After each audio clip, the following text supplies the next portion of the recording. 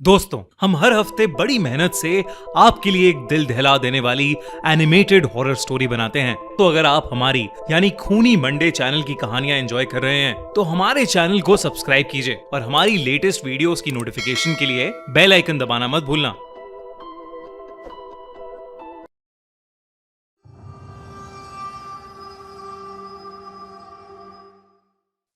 दरवाजा खोलते ही उन्हें एक बहुत ही गंदी स्मेल आई। अंदर बेड पर दो सड़ती हुई बॉडीज पड़ी थीं। दोनों अपना मुंह ढककर थोड़ा और पास गए तो निशा ने देखा कि एक बॉडी के गले में वही लॉकेट था जो नानी पहना करती थी। निशा के पैरों तले जमीन खिसक गई। वो समझ गई कि ये लाशें उनके नाना नानी की हैं। पर अगर ये लाशें उनके नाना नानी की हैं तो वो कौन है जिनके साथ वो रह रहे हैं? इससे पहले कि अमन और निशा कुछ समझ पाते, उस कमरे में बच्चों की आवाजें गूंजने लगी।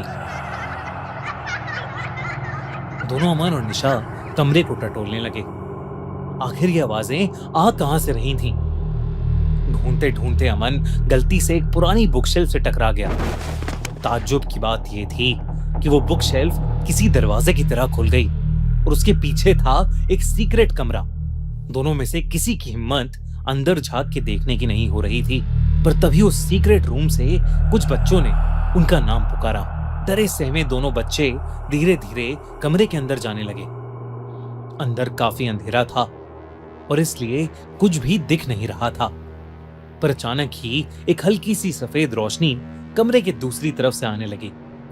अब उन बच्चों की आवाजें तेज हो गई थीं, मानो कई बच्चे दर्द में रो रहे हों। ऐसा लग रहा था कि वो आवाजें कुछ कहना चाह रही हैं। जब वो दोनों कमरे के दूसरी तरफ पहुंचे तो दोनों का डर और बढ़ गया। कमरे के बीचों बीच खोपड़ियों का ढेर पड़ा हुआ था। उसके बगल में एक हवन कुंड और कुछ सामग्री रखी हुई थी। कमरे की दीवारों पर कई सारी डिस्टर्बिंग ड्राइंग्स बनी हुई थीं। वो ड्राइंग्स किसी अजीब से जानवर की लग रही थीं। एक जानवर जिसके लंबे लंबे नुकीले नाखून और दांत थे। कमरे को देखकर साफ साफ समझ आ रहा था कि वहां काला जादू किया जा रहा था। दोनों उन ड्राइंग्स को देख ही रहे थे जब वो बच्चों की आवाजें चीखों में बदल गईं, जैसे कई बच्चे एक साथ जोर जोर से एक ही चीज बोल रहे हों, भाग जाओ यहां से। निशा और अमन फटाफट उस कमरे से बाहर निकल गए। अब सूरज ढलने को आया था, अंधेरा होने वाला था। निशा और अमन को अब यह समझ आ गया था कि जिनके साथ वो रह रहे हैं वो उनके नाना नानी नहीं हैं और वो लोग जो भी हैं बहुत खतरनाक हैं। दोनों ने तय किया कि वो दोनों उन लोगों के आने से पहले ही भाग जाएंगे। दोनों जल्दी जल्दी फर्स्ट फ्लोर से नीचे उतरकर घर के फ्रंट डोर पर पहुंचे। पर पता नहीं क्यों दरवाजा खुल ही नहीं रहा था। दोनों घर के पीछे वाले गेट की तरफ जाने लगे। जब उन्हें किचन से एक अजीब सी आवाज आई, उन्होंने किचन के अंदर झांका तो उनकी सांसें अटक गईं। किचन के सिंक के नीचे बैठे वो दोनों लोग जो उनके नाना नानी जैसे दिख रहे थे, वो जानवरों की तरह कुछ खा रहे थे। उनके पास वही लाल रंग वाला पतीला रखा था। उनके पूरे चेहरे पर खून लगा था और दोनों के जानवरों जैसे लंबे पीले दांत थे।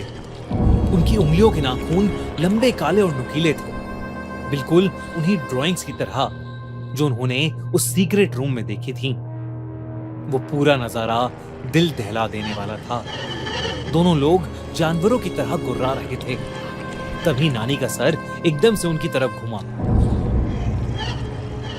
उनकी आंखें सफेद पड़ी थीं, सिर्फ गहरे काले गड्ढे थे। उन्होंने किसी भड़के हुए जानवर जैसी आवाज निकाली। ये देखकर अमन और निशा वहां से तेजी से भागे और पीछे वाले दरवाजे से बाहर निकल गए। बाहर आंगन का झूला जोर जोर से हिल रहा था और हवा में एक अलग ही स्मेल थी, खून की। दोनों ने पीछे मुड़कर नहीं देखा, पर वो जानते थे कि वो दोनों दरिंदे उनका पीछा कर रहे हैं। उन्हें पीछे से आवाजें आ रही थीं, रेंगते हुए पंजों और गुर्राने की आवाजें जो धीरे धीरे तेज हो रही थी। दोनों बच्चे अब बहुत ज्यादा डर गए थे। दोनों को नहीं पता था कि वो भागकर कहां जा रहे हैं, बस ये जानते थे कि उन्हें कहीं दूर भागना है। भागते भागते वो दोनों एक मंदिर के पास पहुंचे और बिना कुछ सोचे समझे अंदर चले गए। दोनों ने एक बार भी पीछे पलट कर नहीं देखा। अंदर जाते ही दोनों भाई बहन एक दूसरे को गले लगाकर रोने लगे। मंदिर के कोने में एक बूढ़ा आदमी बैठा हुआ था। बच्चों को ऐसा डरा सहमा देखकर वो उनके पास जाकर सवाल पूछने लगा। आखिर इतनी रात को वो दोनों जंगल के बीचों बीच क्या कर रहे थे? तभी उसे बाहर से गुर्राने की आवाजें आईं। बिना डरे उस आदमी ने मंदिर के भारी दरवाजों को बंद किया और दोनों बच्चों को मंदिर के अंदर वाले कमरे में ले गया। उसने अपनी लैंडलाइन से एक फोन मिलाया और फिर वो बच्चों के पास आ गया। वहां उस बूढ़े आदमी ने बताया कि वो दोनों अब सेफ हैं और उनसे पूछा कि वो दोनों बच्चे आखिर उन दरिंदों से टकराए कैसे। निशा के मुंह से कुछ निकला ही नहीं तो अमन ने रोते हुए उस आदमी को सब कुछ बताया। उस आदमी ने उनकी पूरी कहानी सुनी और फिर बहुत गंभीरता के साथ उन्हें बताया कि वो दोनों उनके नाना नानी नहीं बल्कि सुमित्रा और सुशील थे। सुमित्रा और सुशील कई सालों पहले पास के एक छोटे से गांव में रहते थे। उन दोनों को हमेशा से बच्चे चाहिए थे, पर कई कोशिशों के बाद भी सुमित्रा को बच्चा नहीं हुआ। जब डॉक्टर्स उनकी मदद नहीं कर पाए तो उन्होंने काले जादू की मदद ली। आखिरी बार उन दोनों को इसी जंगल में एक अजीब सा रिचुअल करते हुए देखा गया था। फिर वो दोनों कहीं गायब हो गए। वो कई सालों बाद वापस तो मिले, पर इस भयानक रूप में। ना वो इंसान थे, ना जानवर, ना मरे हुए, ना जिंदा, पर अब उनके पास किसी का भी रूप लेने की शक्ति थी।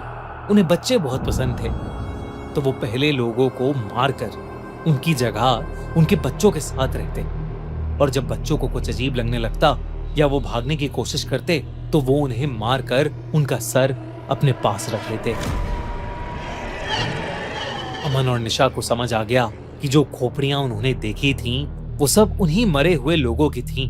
उन दोनों के डर के मारे आंसू रुक ही नहीं रहे थे। तभी उन दोनों की नजरें उस आदमी के पीछे वाली खिड़की पर गईं। बाहर वही काले दरिंदे खड़े थे। उनके दांत चमक रहे थे और वो अपने लंबे नाखूनों से खिड़की के कांच को खरोच रहे थे। दोनों के मुंह खून से सने हुए थे और वो गुस्से से गुर्रा रहे थे। उस आदमी ने बच्चों को शांत कराते हुए कहा कि वो उस मंदिर का पुजारी है और वो मंदिर मंत्रों से बना हुआ है, इसलिए वो जानवर अंदर नहीं आ पाएंगे। उसने कहा कि उसने पुलिस को फोन मिलाया है और पुलिस बस आती ही होगी, पर पुलिस जब तक आई तब तक वो गुर्राने की आवाज बंद हो गई थी। वो दोनों दरिंदे जंगल की तरफ वापस भाग गए थे।